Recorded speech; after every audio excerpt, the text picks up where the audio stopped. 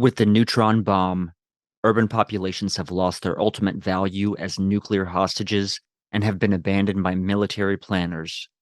There are no more immortals of the city, and cinema itself has lost its initiatory value and ceased to be the black mass of martial aboriginality, which can offer cinematic Valhalla to the children of the fatherland in a communion of the quick and the dead.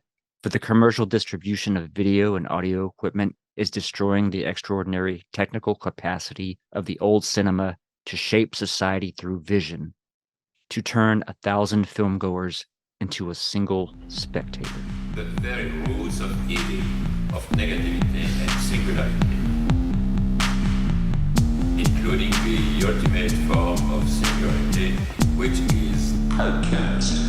To the whole state of things, pure violence without object anymore. This is the typical violence of information.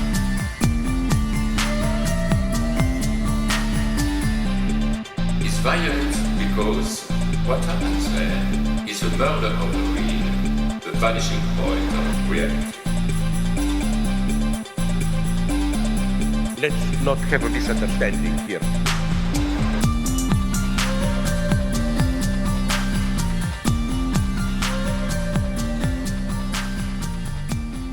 Welcome to this week's edition of the Machinic Unconscious Happy Hour with Cooper Cherry and Taylor Atkins. As always, sponsored by the People's Institute for Revolutionary Semiotics. Before we introduce today's discussion, we just want to mention, got that Patreon account at patreon.com/MUHH. Consider dropping us $1 a month there, but if not, maybe leave us a nice review on iTunes and we'll give you a shout out on the following week's episode. But today, Taylor and I are back in the saddle and we'll be discussing Paul Virilio's book, War and Cinema. War never changes. Sorry, it's a Fallout quote. Just ignore me. So I guess I would just ask, because I'm curious. Sure. How this title kind of caught your attention and made you suggest it for the pod. Well, I feel like this is a direction that we've sort of been moving in a broad way, I think, toward like building towards Deleuze's cinema books and going through a lot of the monographs and so forth, all the Kant groundwork we've done, even some of the, stuff from like The Fold and whatnot. But, this is the Hume, all of this sort of stuff, I think, plays into this kind of broader stream that we've been heading towards, I think. And so I thought it'd just be interesting to take a look at Virilio because we haven't really discussed him much. I know he was friends with Deleuze personally, and is just kind of someone that is like this kind of maybe not even tertiary character amongst the kind of French post-structuralists, even though I think you had mentioned he's mentioned in the Fashionable Nonsense book from Sokal and Brickmont, right? Brickmont. Yeah, they basically chide him for supposedly kind of playing fast and loose when speaking of speed and acceleration, mm-hmm. and kind of like perhaps speaking in a way as though to conflate the two. And I think that, what Sokal and Brickmont, what the whole book shows over and over and over again is kind of this blue check literal mindedness of trying to look at discourses that are not proceeding like the exact sciences and hold them to standards of exactitude. So obviously, when you speak of speed and acceleration, if you conflate the two in physics, you're going to fuck up. Right. That makes sense. Mm-hmm. When you speak abstractly in the sense of philosophy, because they're doing different things, they're laying out different, philosophy is trying to lay out a plane of eminence. Science is working with the plane of reference. They're doing different things. When the scientist holds philosophy to its own standards, of course, philosophers are going to look idiots. They already do a good enough job doing that by themselves, right? Like, yeah, that's their main critique of Virilio's, what is it, The Speed of Politics or the politics of speed. I forget what the title is. I haven't looked at it in a while. But yeah, that he conflates speed and acceleration. One of their critiques of Deleuze is that he kind of uses a notion of chaos that's not scientific. Again, Deleuze would say, I am not proceeding like the exact sciences. I don't have an exact concept of chaos. We are working with an exact concepts, right? Where Yeah. we're taking a concept from another field outside of philosophy and we're importing it into philosophy under certain determinations, under certain restrictions.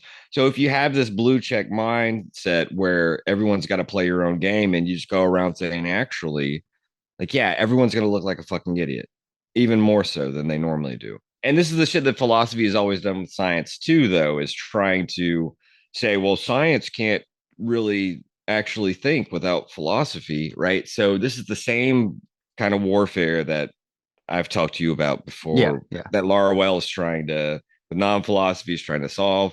We're not here to talk about that today. I was trying to kind of like excuse Virilio and certain other thinkers from the SoCal and Briekmont critique because it's just it's not it's continental philosophy, not continental science, right? Good Like point. Yeah. that's just going to be my thing. I think that when the discourse is about science, you may want to have a little bit more exactitude and rigor. Right. When it's not about science, it really depends on what the concepts are doing and how they're being applied. You can't just take something out of context and be like, well, that's not scientific. And honestly, that's not even an interesting critique, but a lot of people got off on it. I mean, as I said, a lot of people have paid for Twitter. So go Right. figure, right? Yeah. Really not someone that you hear a great deal about, even in the kind of like accelerationist discourse, which even though he's not like the Nick Land sort of, but he does trade within those waters of or the idea of speed and acceleration as it pertains to, I don't know, history, communication. Right. To switch gears a little bit, I think it was just to give you asked the question like, why did I pick this book? And I want to say that it's, we speaking with Claire Colebrook next week about her book. Do you remember the title of that one offhand? Who would you kill to save the world? Yeah, in which she talks about this. She doesn't say this, but I refer to it as like a cinematic ontology. So, Yes, the cinematic is very crucial to her argument, which we'll be able to talk about next week. but something she says that I think is germane to this discussion is her take is that Deleuze's interest in cinema is related to the way that it takes the perceptual apparatus beyond the human. Even interestingly, Virilio talks about this in the sense of like, not only in this kind of dialectical relationship between the development of war machine, not to be metaphorical, but like the literal machinery of war, things like machine guns, and how the sort of co-development of things like cameras and so forth, chronographs, right? There's this whole back and forth dialectic between these two sort of forms of technology that are kind of go sort of hand in hand in the development of what I don't know, what you would probably characterize as modern warfare in the Yeah. sense of, machine guns, sort of removing the human element out of warfare. So there's, I think, a little bit of a similarity there relative to the machinic processes of perception as it pertains to war, right? Because not only does this impact how war is carried out, right? Because you have things like reconnaissance, you may have started out with like air balloons doing static photography over battlefields, etc. Very quickly, you can see how that a direct line from that to something like drones or spy planes, in the 50s and 40s and so forth, flying at these, elevations and so forth, and getting this perspective of the world that is singular, right? It's almost this totalizing imagery. There's something weird about this kind of singular perspective, but I'm getting a little bit ahead of myself there. But so that development and how that impacts warfare and kind of the Mhm. historical development of film technology which eventually does extend to the cosmos, which I think is quite fascinating, which Virilio points out. Yeah, this kind of co-development of the cinematic and the what's a good word for it? The belligerent, the bellicose, the art of war and the art of seeing and being seen. They share this kind of history and this co-development. Obviously technologically, and that's one of the main vectors, but as you pointed out, there is as we'll see with Claire, and we'll maybe talk more about that next week. There are ontological aspects to this as well. So Yeah, it's not just technology, although that is the main vector through which this co-development can be like, you know, seen. Because obviously technology makes what we have as cinema possible, but it's not. But there is a like what Claire talks about Stiegler's arcade cinema, right? When he's looking at the Lascaux caves and shit. So to a certain extent, technology does not exhaust cinematic possibility. Even though that may be the main vector of what we're going to talk about today. I'll go ahead and read this little bit from the text because this talks about, I think, a little bit of this goes towards this notion of like extending the human perception into the machinic realm. 20 years later, at RCA's laboratories, Vladimir Zworykin invented the iconoscope, the first name for the electronic television.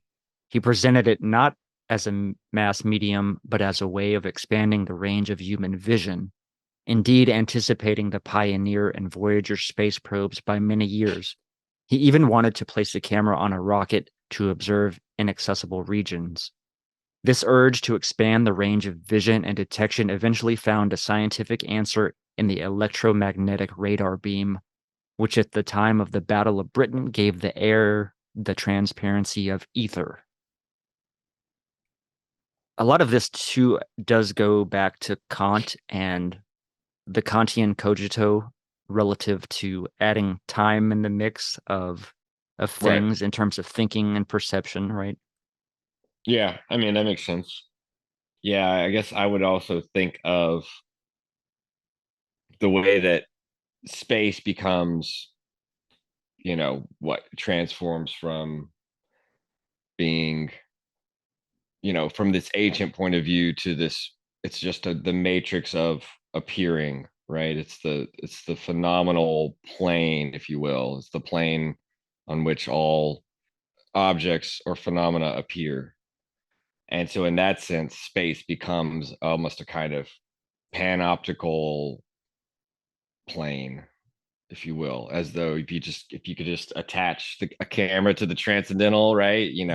Yeah, right. Good call. Space would be able to capture whichever part of it, its matrix. But yeah, you brought up time instead of space. I was just kind of thinking of the obviously, the inner sense and outer sense, right? So you brought up inner sense. I just talked about what Kant calls outer sense.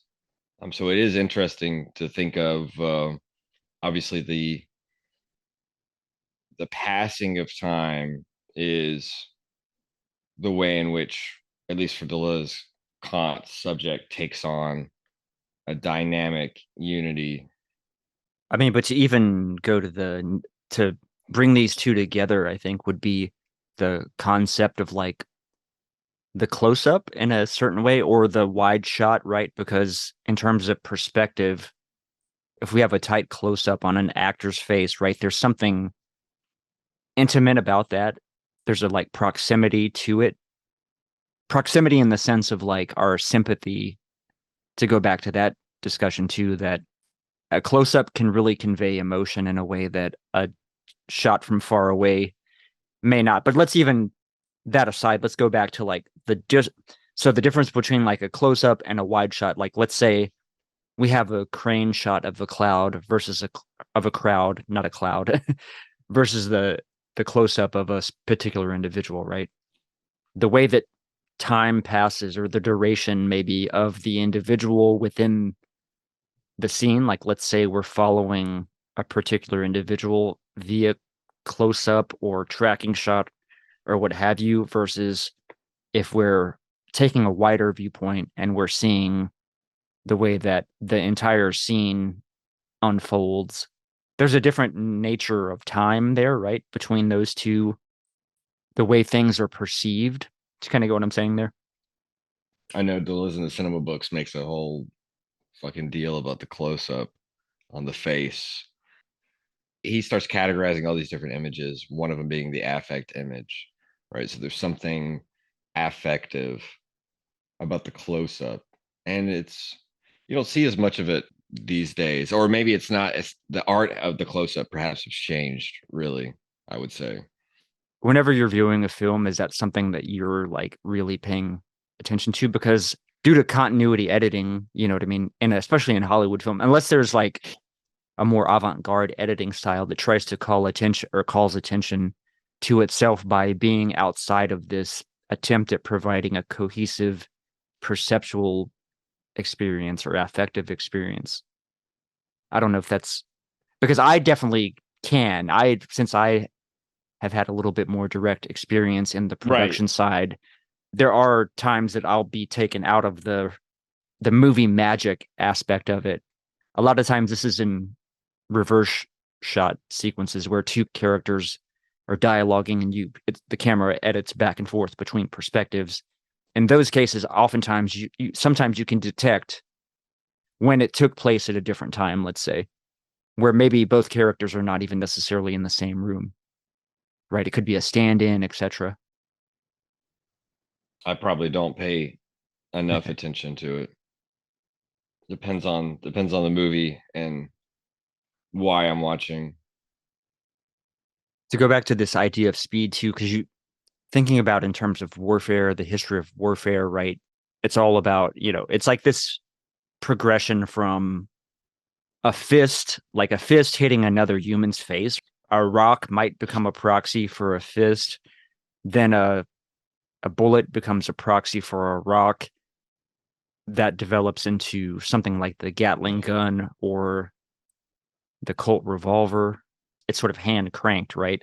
The way that like an old camera would sort of have that hand crank mechanism, and the way that that maps onto something like the technological aspects of film, because the film, like even a singular shot, right, it shares the language of a gunshot, which is kind of it's very strange how that you wonder how does something like that become embedded within a totally different, you know what I mean, cinema and war.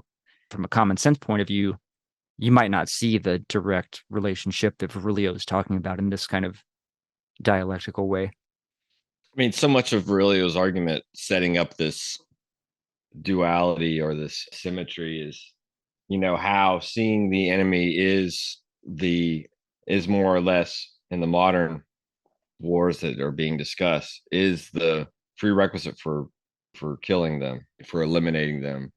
You illuminate to eliminate, right? That's this kind of coherence between the two, or this consequential nature between the two, kind of makes sense from the very get-go. And I mean, some of the stuff is even like stuff that I'd never thought about, where he towards the end of the book, he's describing how from a horizontal plane, Germany's, I think this is like World War I, Germany's, or maybe it's World War II, war plan against France seems misguided, chaotic, or not to have any pattern. But from a vertical plane, seen from above, because he's talking about how cameras are attached to these planes and stuff. But seen vertically, the German war plan starts to take on new meaning, starts to take shape and take order. So his point being that France was a little too late to accept this reality and kept looking at for the pattern horizontally, right, instead of from above. So this kind of, even this notion of perspectivism, which you kind of brought up just a minute ago, but even almost as though we're thinking from the director's seat or something like this, or from Yes, the yeah, cameraman's seat. exactly. Yeah, yeah. I think that's a very important thing, is this kind of like omniscient eye or whatever, like this kind of panopticon.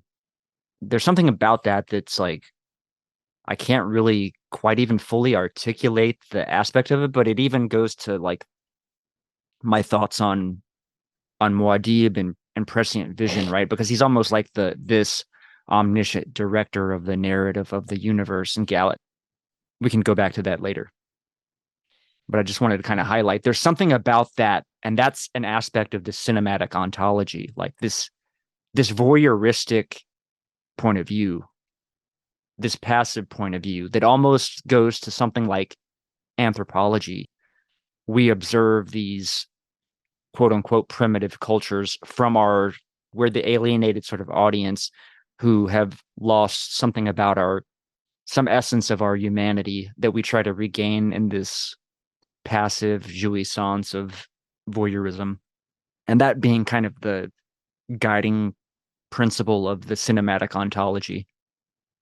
To apply that to war, you can see, the human is removed in a sense in warfare. And something like World War I, where like they said you're using scopes and optics and you can't even really see the face of the enemy. So it's this like completely machinic, maybe not in the I'm just using that very loosely. And you can correct me, feel free to correct me. Or make a distinction if you want to, but you know what I mean? There is, right, there's a whole different aspect of warfare where Virilio even talks about this as well, that means and ends become disentangled. Interesting. Yeah. You said alienated. You could say dehumanized. You could say, machinic's not a bad way to put it. Obviously, it becomes accelerated and it's a different pace. It's a different scale.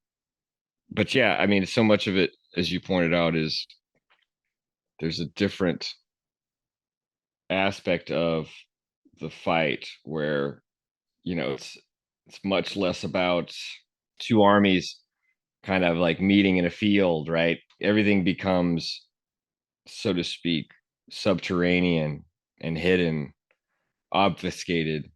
So we can see how the new role of searchlighting, spotlighting, illuminating, all of these techniques that are used for capturing cinema, right? I mean, this way of, as you pointed out earlier, the camera shooting and the gun shooting, like their technologies kind of co-evolve in a similar space, even if their objectives are obviously different. But on the other hand, Virilio devotes at least a chapter to how generals were, as I mentioned, trying to like put these cameras on planes in order to try to use that as ways of that kind of espionage, as ways of getting a view of the enemy, getting a view of their positions, their numbers, their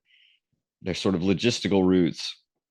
In that sense too, the development and improvement of optical telemetry goes very much hand in hand with the possibilities of warfare and becomes one of its weapons, right? And then on the opposite side, there's obviously all of the not only the movies dramatizing warfare, but all the propaganda films put out, right? So that there is this kind of dual life that back and forth that Virilio tries to look at, right? Optics in war, but war in optics. He does it pretty well. So it's not just a parallel evolution. They are crisscrossing and intersecting and boosting one another. There's multi layers that this is operating on in terms of the propaganda film. And I don't know if Virilio necessarily is making this point, but maybe it's implied that, okay, so you might have, there are out and out, like intentionally propagandic films. What's the one he brings up? The Lenny, what is it? Riefenstahl's Triumph of the Will or whatever.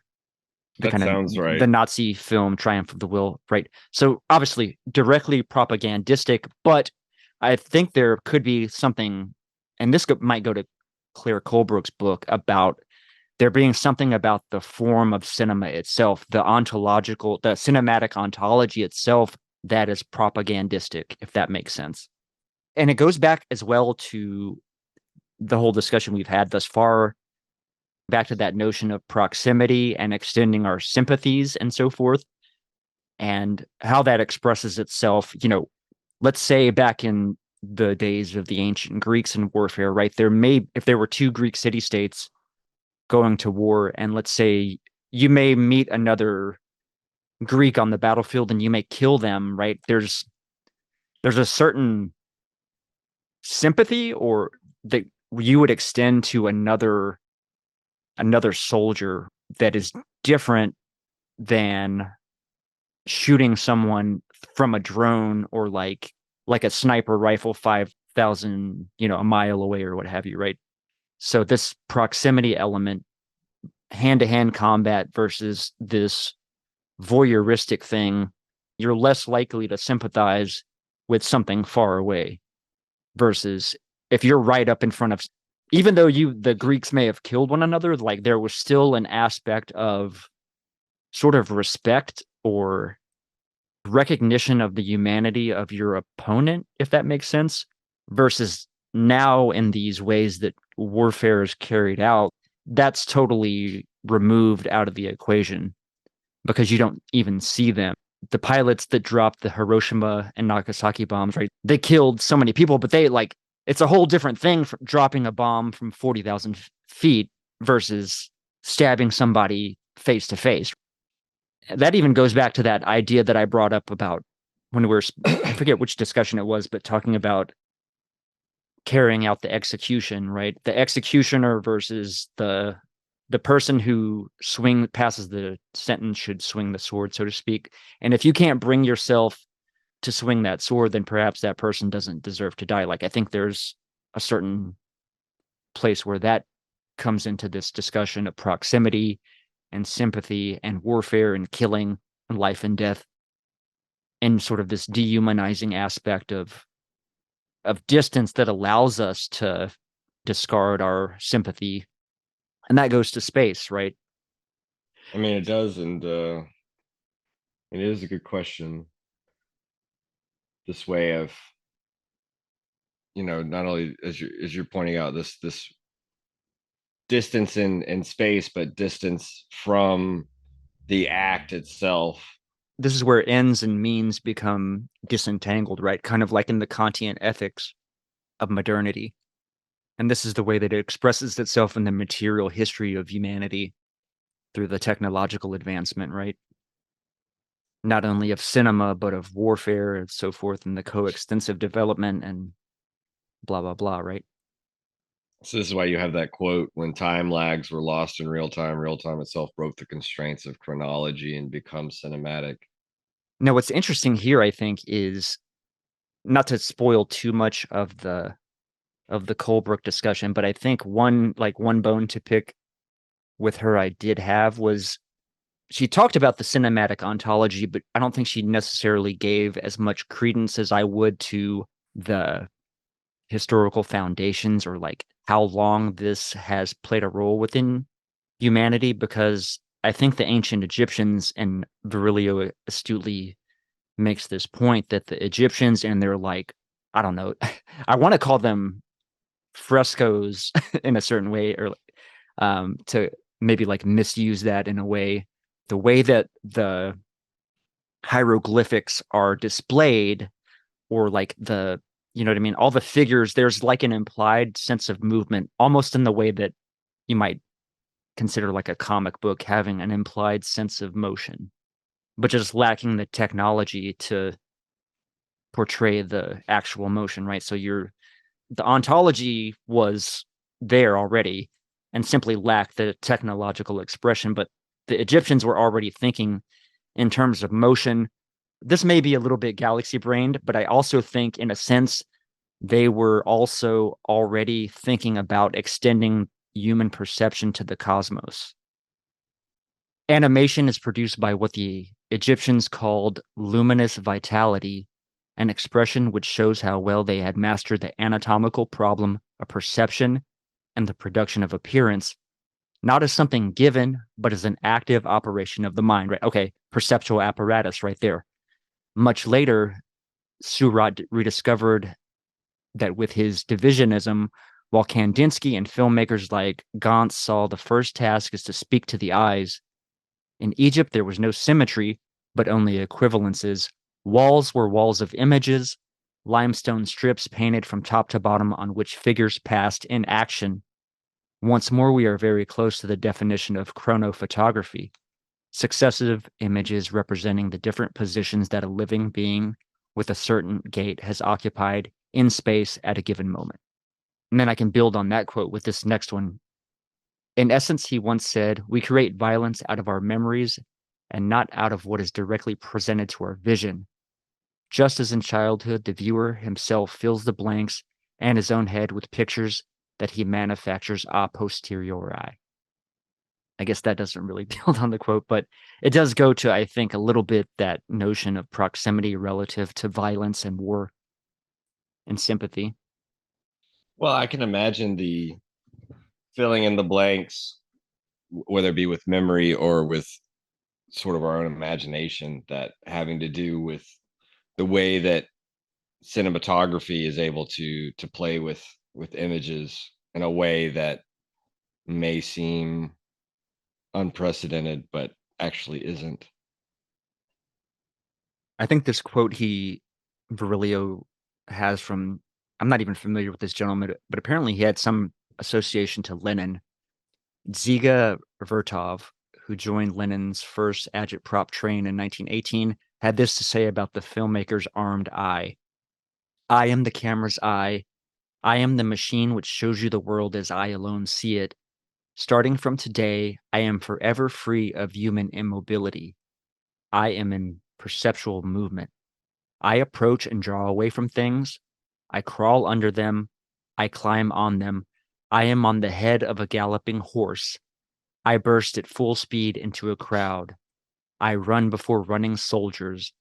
I throw myself down on my back. I rise up with the airplanes.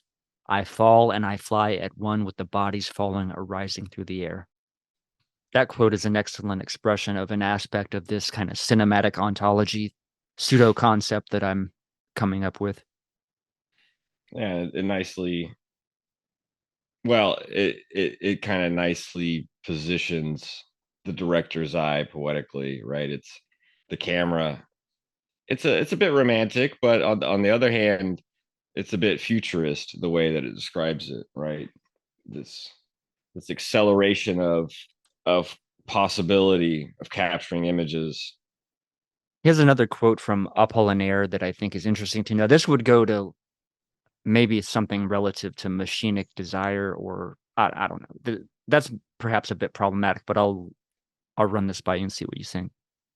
The sight of blind, non-directional desire, a kind of telescopic tensing towards an imagined encounter, a shaping of the partner come adversary before his bodily probable fragmentation. Yeah, these quotes are pretty awesome, honestly. As sight lost its direct quality and reeled out of phase, the soldier had the feeling of being not so much destroyed as derealized or dematerialized, any sensory point of reference suddenly vanishing in a surfeit of optical targets. Being constantly in the enemy's sights, he came to resemble Pirandello's cinema actors. So this brings together a lot of the threads that I've been trying to tie together here relative to the cinematic ontology, this kind of like falling under this directors, like you said, this kind of this one sort of perspective, this omniscient perspective of the director in a kind of tie into almost like the panopticon idea. The way that he finishes here, being constantly in the enemy's sights, he came to resemble these cinema actors. He goes on to say that Renoir shows that even outside the field of battle, which never actually appears in the film, war subverts the proper experience of sex and death. Is there a proper way to experience sex and death? And how are we subverting it? I That is like, guess it would go to like that machinic thesis yeah. because of an intimacy, or like, I don't know, there being as well something about the distance that cinematic distance, the sort of voyeur, like being in the crowd, Yeah. watching the spectacle, just like the being in the crowd at the Colosseum between two gladiators. That distance does something to our perception, and film really gets at that because of the idea of like I said earlier, the close up versus the wide angle shot of the crowd. Like there's something about distance and emotion and sympathy, but also I guess the decontextualized nature of the spectacle. Yeah. The context of this is interesting, right? Where he's talking about Renoir's The Grand Illusion, and he's going into describing the movie, but he says a general interpretation mania is imposed by the very facts of military logistics, for the soldier receives in his mail packet the bare outlines of a meal rather than a meal itself, a lock of hair, but not a real head of woman's hair, right?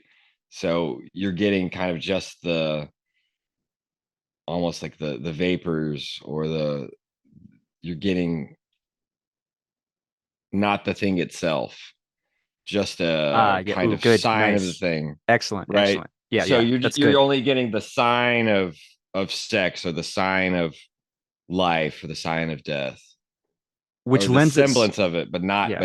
the thing. Which very well lends itself to the way that cinema operates in terms of like again, Yes. Yes. the close up, the which would be the more specific close up type is the cutaway. So the example of the cutaway is where you may display a character's face and then you sort of would go follow his gaze and then he would maybe look down at his wristwatch, for example, right? And so then the wristwatch becomes this fragmented aspect of this totality. And the way that editing works is it creates this continuity out of all these discontinuous perceptions into this sort of perceived unity that's illusory, right? Like this quote he has from this is about the camera obscura. Pastrone showed that the camera's function was less to produce images than to manipulate and falsify dimensions. And here Virilio is kind of talking about the way things change when you're talking about from painting to even still photography to even then on to cinema. It kind of accelerates that false dimensionality. To further this, what was false in cinema was no longer the effect of accelerated perspective, which I kind of was just right, but the very depth itself, the temporal distance of the projected space, this relativity in which speed appears as the primal magnitude of the image and thus the source of its depth. The temporal distance of projected space. Yeah, it's an interesting kind of idea being put together here. What does it mean to falsify dimensions, you know? Good point. From the standpoint of photography or cinematography, right? You can play with proportion. This is done in a lot of film miniatures, right? You can, because the perspective, you can play with that. You can, and that would go to the Kantian sort of idea that you were talking about, the thing, it's our perception of the thing and the thing in itself, and that distance. Because a film like Blade Runner used plenty of fucking miniatures. You would never sort of be able to perceive that unless you're, just unless you either knew or were extremely perceptive. Yeah, and this notion of falsification is interesting, right? Because in the context of war, this may matter in terms of determining certain trajectories, determining certain, again, in terms of telemetrics. If it comes down to the science of war, then yes, the falsity of cinema would matter. But on the other hand, with what we're talking about, with what you brought up, your examples of the miniatures and these kind of things, now we're talking about the powers of the false, and now we're talking about the false in cinema is actually a one of its powers, and Yeah, not something about it is not something deceiving the eye in any simple way. right. In the same way that Trompe l'oeil is like a function of painting to trick the eye. That's if life and death hung on the painting's veracity and verisimilitude, then we could talk about falsity in a kind of classical way. But instead, it's about delighting the eye. It's the same with cinema, right? So outside of the context of war and logistics, the falsity of cinema takes on a totally different meaning. It's interesting too. You just mentioned logistics. To go back to our discussion about, I guess, distance and proximity, but also like the way that before we had cameras and so forth, like typically it's hard to point to a historical period specifically that I would use it as an example, right? But we can say that at some point the generals would sort of lead from the rear, right? They can view the battlefield on that horizontal plane. And that kind of is very similar to the way a director might mobilize a film production. They're observing from afar, they're using different optics to, at some point the binoculars were used for warfare, etc. You can very easily see how that would apply to films. I'm glad you brought up the powers of the false, because this was something I was thinking about too, because there's an interesting way that Virilio kind of touches on ideas from Deleuze and Baudrillard in a way. Most notably for this text would be, I can think you can almost feel like Baudrillard read this. There's very much the spirit of the Gulf War did not take place. Kind of that's sort of implicated here or implied here throughout the whole book from Virilio. Is there's something about, because he even talks about the way that some of the soldiers experience these battles in these very fragmented ways. But it also goes to this notion of the false and images and the simulacrum and Plato, and how Deleuze kind of inverts Plato in this way, right? It would be like, okay, so these cinematic images are, they're degraded images of the true world, right? Right. Versus the powers of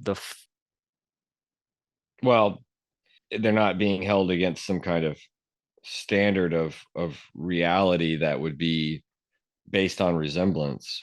Once resemblance is no longer the criterion for judging difference, then, obviously along with that recognition, analogy, opposition, blah blah blah, but resemblance is one of those things, one of those key kind of phrases that Plato makes the, if the heaven of ideas is up here and those are where the real things are, and then down here we just have reflections that resemble them, and then the painter paints a resemblance of the thing that merely resembles the idea, so it's a second degree, right simulacrum. Yeah. and so if cinema takes that and is able somehow demonically to capture this without even any handiwork, artisanal craftsmanship by an artist, but it's mere technological, like demonic possession of the thing.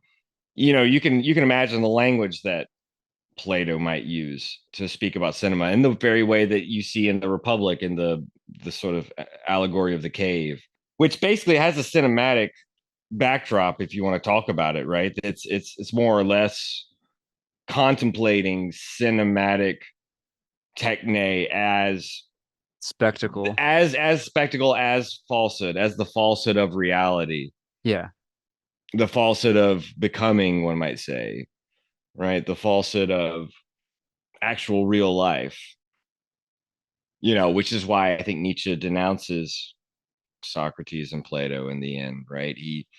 Nietzsche's like, Socrates couldn't die fast enough. He was happy to take that poison. He was ready to go to his heaven of ideas, right? But once resemblance is no longer the criterion for difference, then the sort of the crowned anarchy, the unleashing of the simulacra, of the cinematic duplicities or duplicitousness that can run wild and not be held against some kind of criterion of verisimilitude. Yeah.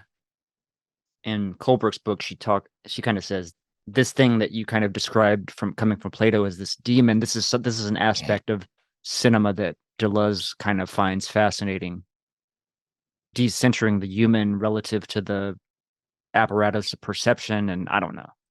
That even might go to my point about the way that, I mean, the powers of the false certainly do, in the way that I was talking about just the formalism or the form of cinema alone is a type of propaganda.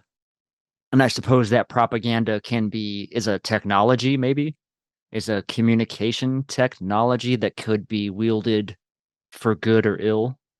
There's a certain agnosticism towards, I guess it's retreating to a point of like, okay, we're sort of stuck in this perceptual arrangement, this sort of perceptual form. We're not going to be able to ascertain the things in themselves anyway. So let's retreat to this point. I mean, maybe that's more Kant than what Deleuze would say, but so we're going to retreat to this point and say, okay, we know that this is a falsity, but we don't have any choice but to work with the false. So let's mobilize the false to our benefit. I don't know if that jives. I think it does. I think the language surrounding false, the only reason why this language of powers of the false persists is because of a long history of thought that spans way beyond Plato and whatnot, but definitely encompasses centuries of Christianity and Christian thinking. This is the reason why we have to kind of speak in this way about the powers of the false rather than to reorient categories that are merely affirmative. It's still kind of rooted in the everyday commonsensical thinking about, this Platonic Christian worldview about things as they appear being sort of fallen in the same way that humans are fallen from grace, right? Everything is in the state of perpetual fallenness. And this is why we have to like try to root for what's supposedly the bad guy, right? This is why, the false is the anti-hero of the story, of our story. To link this back to Virilio more directly, he kind of talks about how, I think he talks about how this was even acknowledged by Churchill, like the spiritual nature of terror, about that being more powerful than even the weaponry itself. If you could create that sense of terror in the enemy, that has a greater power than the thing in itself, to be a little bit cheeky, right? Like the weapon itself, the threat of atomic destruction becomes more terrifying in terms of battle or as a deterrence. There's something Yeah. more terrifying about the anticipation of destruction, the Yeah. anxiety of complete annihilation. The submarine, like the Titanic submarine that was crushed. I was reading a post or article the other day, and it was like the speed at which they were killed was so fast that it exceeded the brain's ability to cognize it. So they didn't even know they died, because it was something like 0.9. The brain would take 0.93 milliseconds to process this. Well, they were already totally destroyed at like 0.5 milliseconds or something like that. Interesting. There's some interesting aspects of the cinema too, because I want to say that it's the movie The Great Train Robbery, where it was either that or like this movie where there's like at the end, the bank robber like shoots at the screen, and like before people were like habituated to the cinematic, people were freaked the fuck out. Like it caused people were terrified by this image of this cowboy like shooting at the screen. But I might have to link this in the show notes so people can know what the fuck I'm talking about. 1903. Silent film by Edward S. Porter for the Edison Manufacturing Company, follows a gang of outlaws. This is what I'm talking about. Yeah, so it is this film. And then if you think about this and extend this out to something like the way that people enjoy horror movies, or, you know what I mean? I think maybe that's an aspect of this too. about this sort of formalistic terror.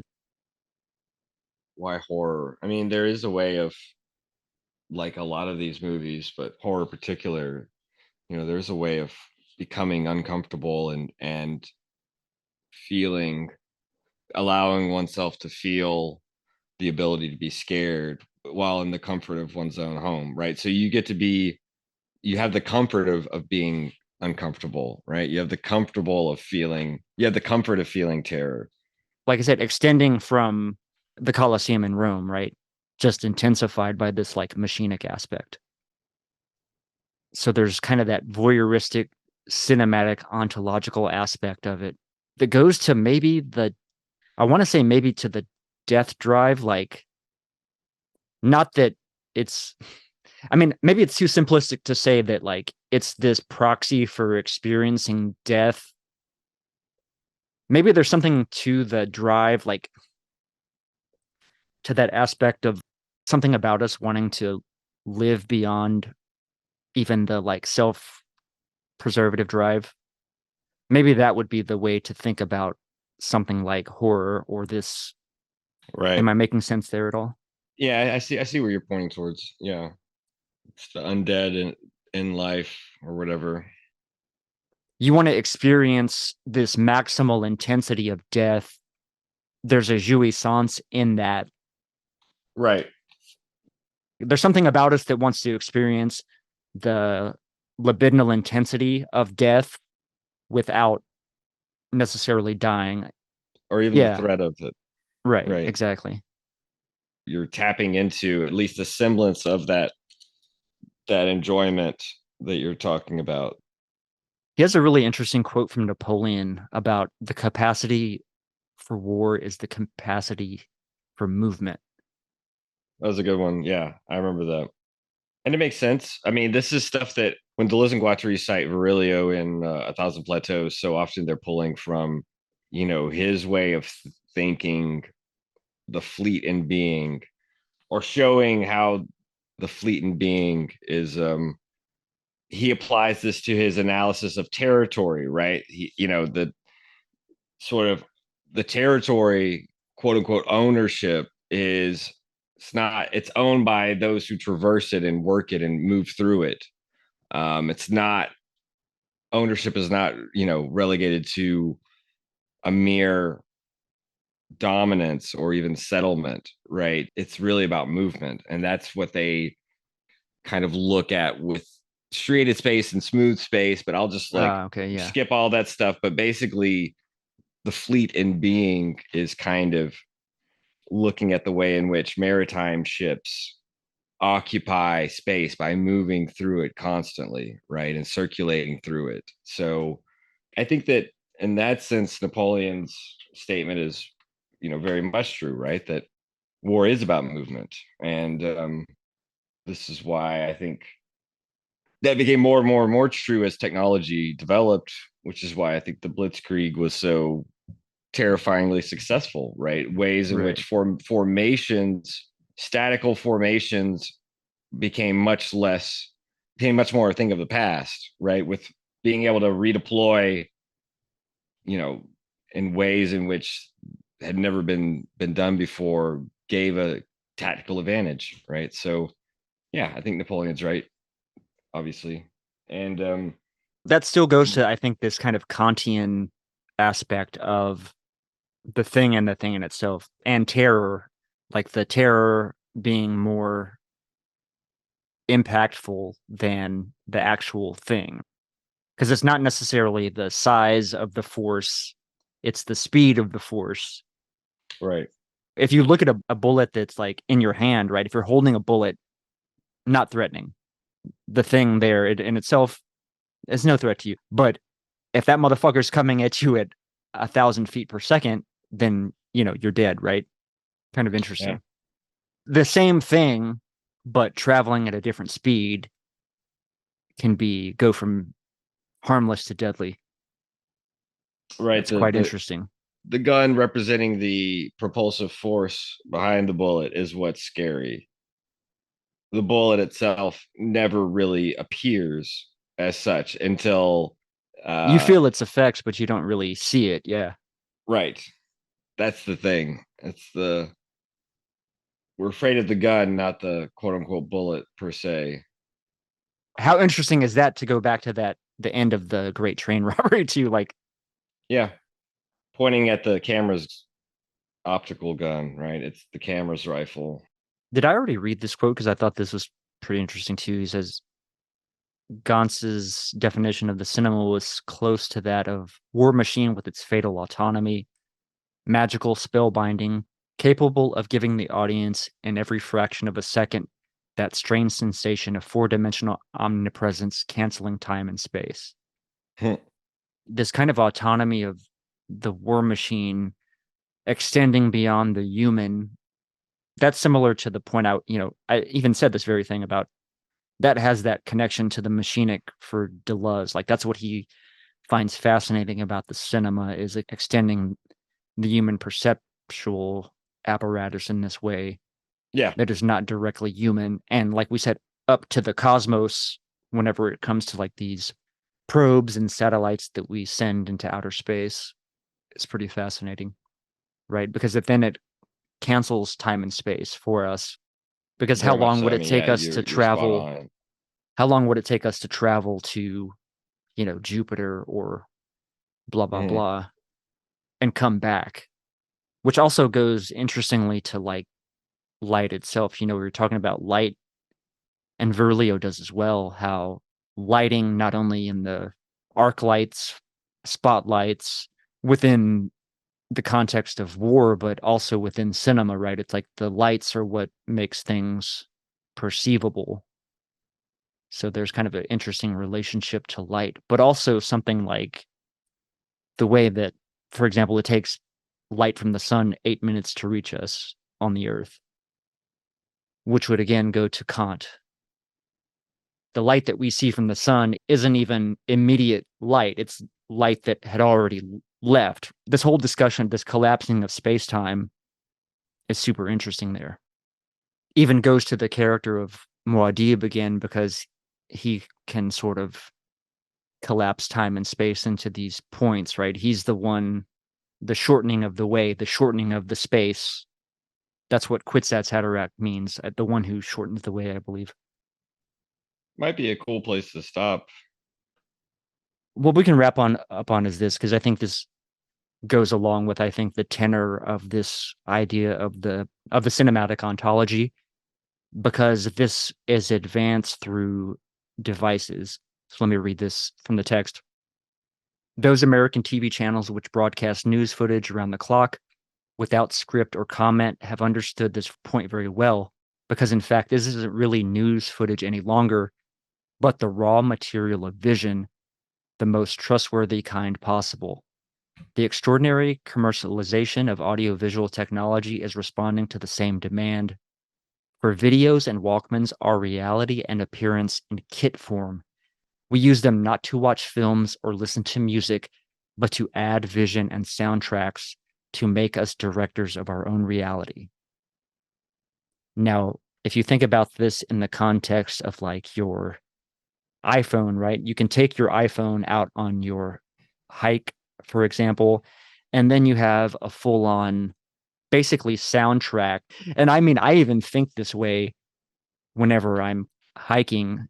My vision, I can kind of choose, like I'm the director of this film, like I can decide what to focus on, etc. There's something added with the audio aspect of it that gives it this cinematic context.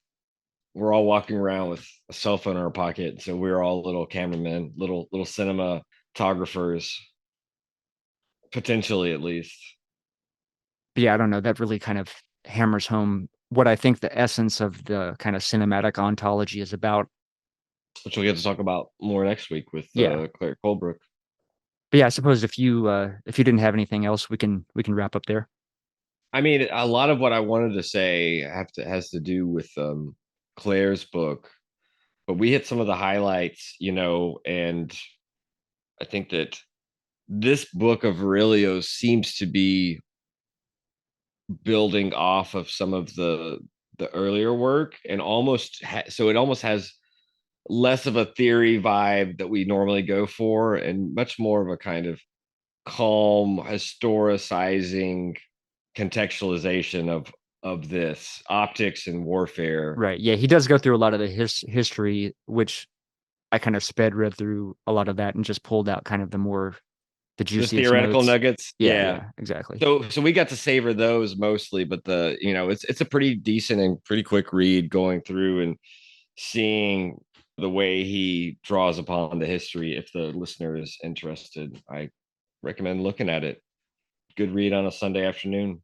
The discussion of D.W. Griffith was really interesting. The historical aspect of that and him like going to try to make a movie or like propaganda film out of World War One, but it's this very static thing because you have the trenches and like no man's land, and there's like not a lot of movement going on. There's less drama as well because even if you're like a sniper or you're something like that within that context, it's much different than like a cavalry charge or like two units of warriors, let's say like a phalanx versus blah blah blah, you know what I mean? Where it's more intimate and there's more face-to-face action versus this almost slowed down, ironically, aspect of modern warfare, where it's a lot more like sitting around than action based. The cinematic ontology angle of it is totally different. We'll be back next week with Claire Colebrook, and we'll probably be touching on some of this stuff more thoroughly in that investigation. So look for that, and we'll see y'all next week. Thanks for joining us on this week's edition of the Machine Unconscious Happy Hour. The very roots of evil, of negativity and singularity, including the ultimate form of singularity, which is alchemist, the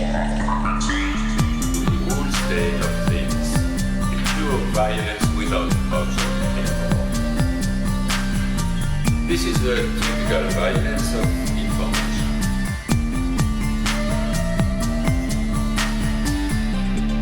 It's violent because what happens there is a murder of the real, the vanishing point of reality. Let's not have a misunderstanding here.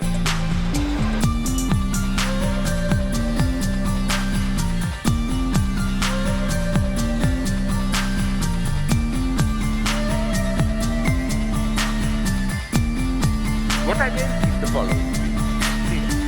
With nothing left but recycled, whitewashed, lobotomized people as in Clockwork Orange.